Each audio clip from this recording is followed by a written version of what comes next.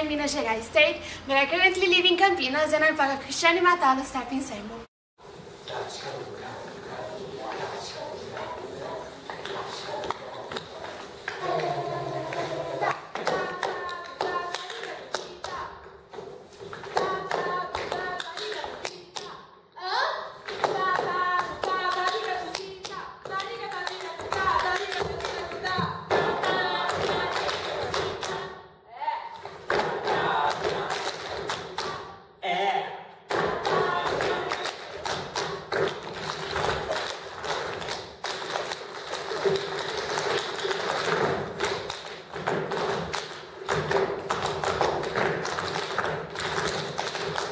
My history with tap started when I was about 4 years old because of my sister.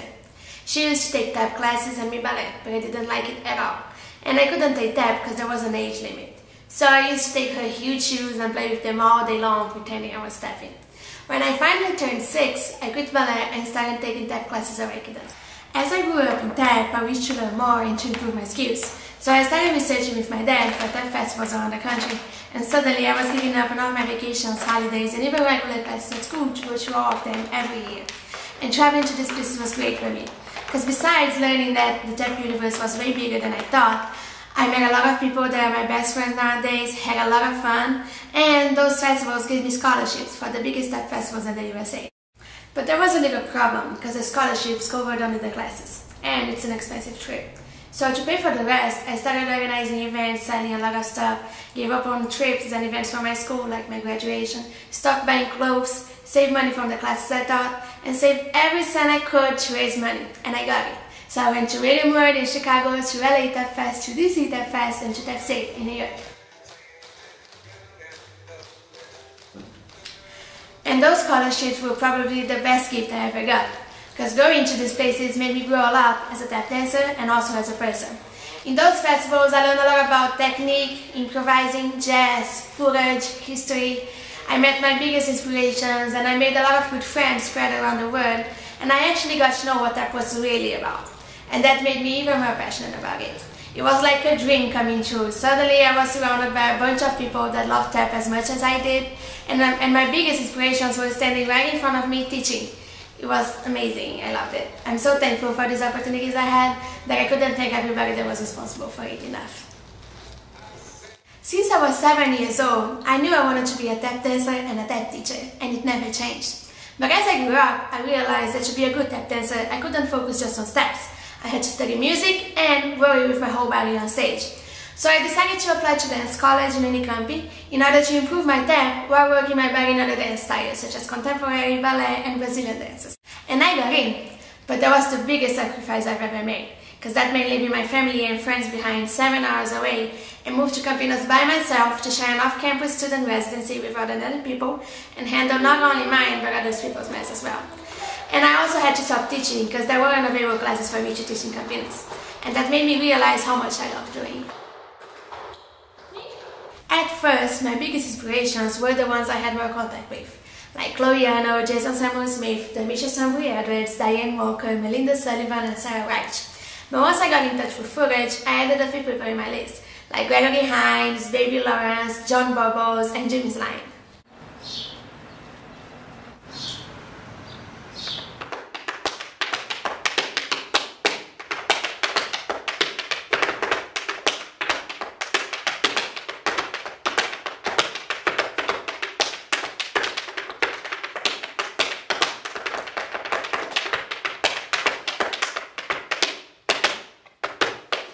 I could say that from Brazil, Fernanda Bevilacqua, which is the owner of the studio where I started tap, and Cristiane Matalo are the ones that have helped me the most, because they're always teaching me, motivating me, and giving me critics, tips and opportunities to help me to improve my tap. Outside Brazil, I would say that's Chloe and Jason Samuels, because every time we met, they kept pushing me, believing in me, and motivating me to keep up the hard work.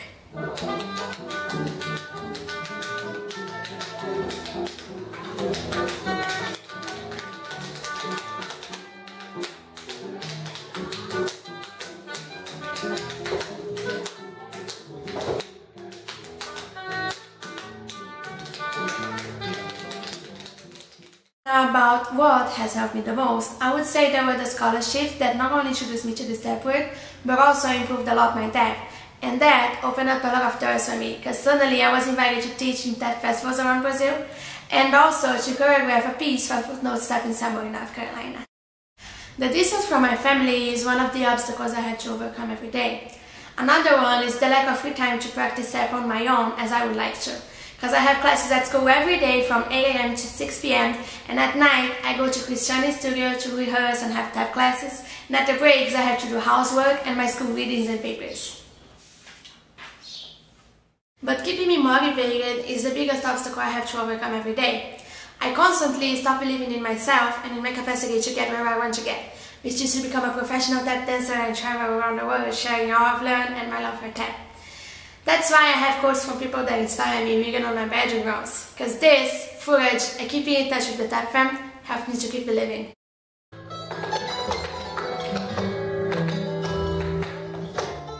I also have this lack of motivation in college, and that's because during my whole life I've been only a tap dancer, so the other techniques are very tough for me, and though I've been trying my best and been growing in it, it's still not enough for the teachers.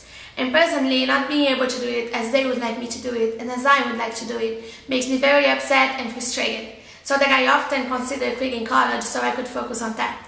But I'm still trying.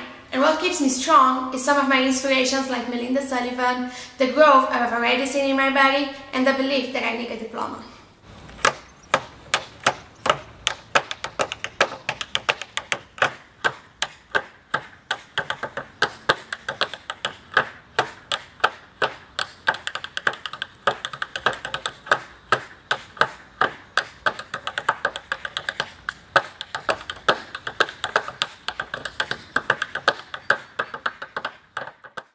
I was really blessed, because my family is totally supportive. They have never questioned the choice I made for a career or for college, and they're willing to help in any way they can. Like my sister used to travel with me to the tap festivals when I was too young to go by myself. My dad is always searching for workshops and opportunities for me, and my mom goes to YouTube by herself and searches videos of the tap dancers I'm always talking about. And after that, she discusses with me about them. And they had also made huge financial efforts to try to get me to the tap festivals. And even though we had big money issues, they always insisted that I had to go because it was important for my career. And I'm so thankful for it all that I know that I certainly wouldn't be where I am right now if it wasn't for them.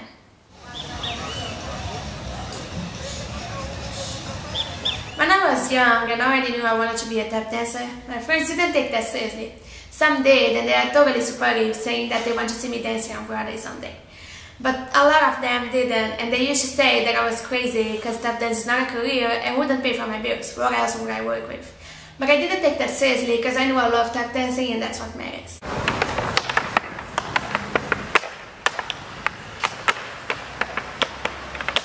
I actually took a while to find out how YouTube can be a great learning source for us tap dancers, because it brings the history closer to us, and only through it we have the opportunity to learn from the great masters that are not alive anymore.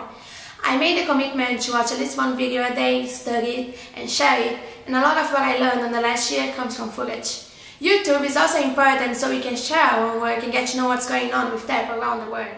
I think that that future is in our hands, the youngest tap dance generations, and it's our responsibility not letting it die. So what I think we have to do is to keep up the good work our masters are doing and continue to spread this art form around the world in as many ways as we can. We have to take tap to communities, to churches, to the streets, to universities, to films, to the theater, anywhere we can. And at last, but not at least, we have to keep the tap tradition alive. We have to teach the history to the youngest generation so it will never be forgotten. So, I'm doing my best here in Brazil, but everybody has to do the same at the same time. So let's get together, tap fam, spread the word.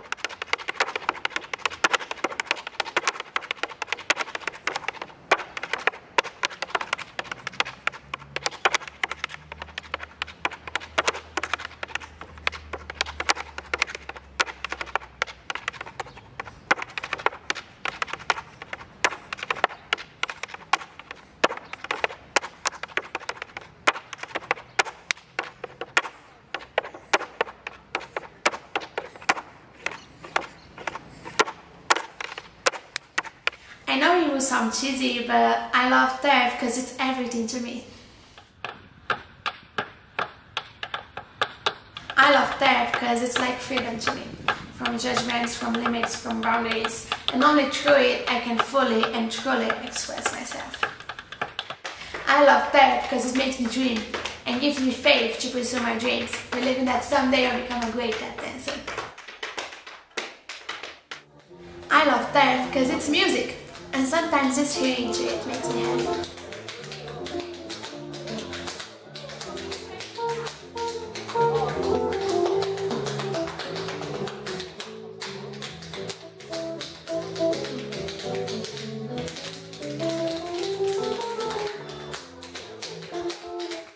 I love tap because it's my work, and even after a whole day on the road, I still leave home happy and satisfied. I love tap because through it I made a lot of good friends that even from miles away I love and miss very much.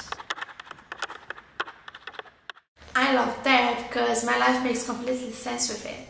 It's a part of me and I definitely can't imagine myself without it.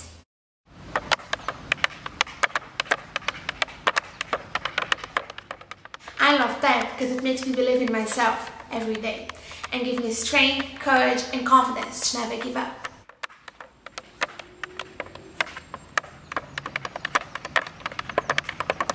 As Jason Samuels once said, tap is all about love, and that's why I love being a tap dancer.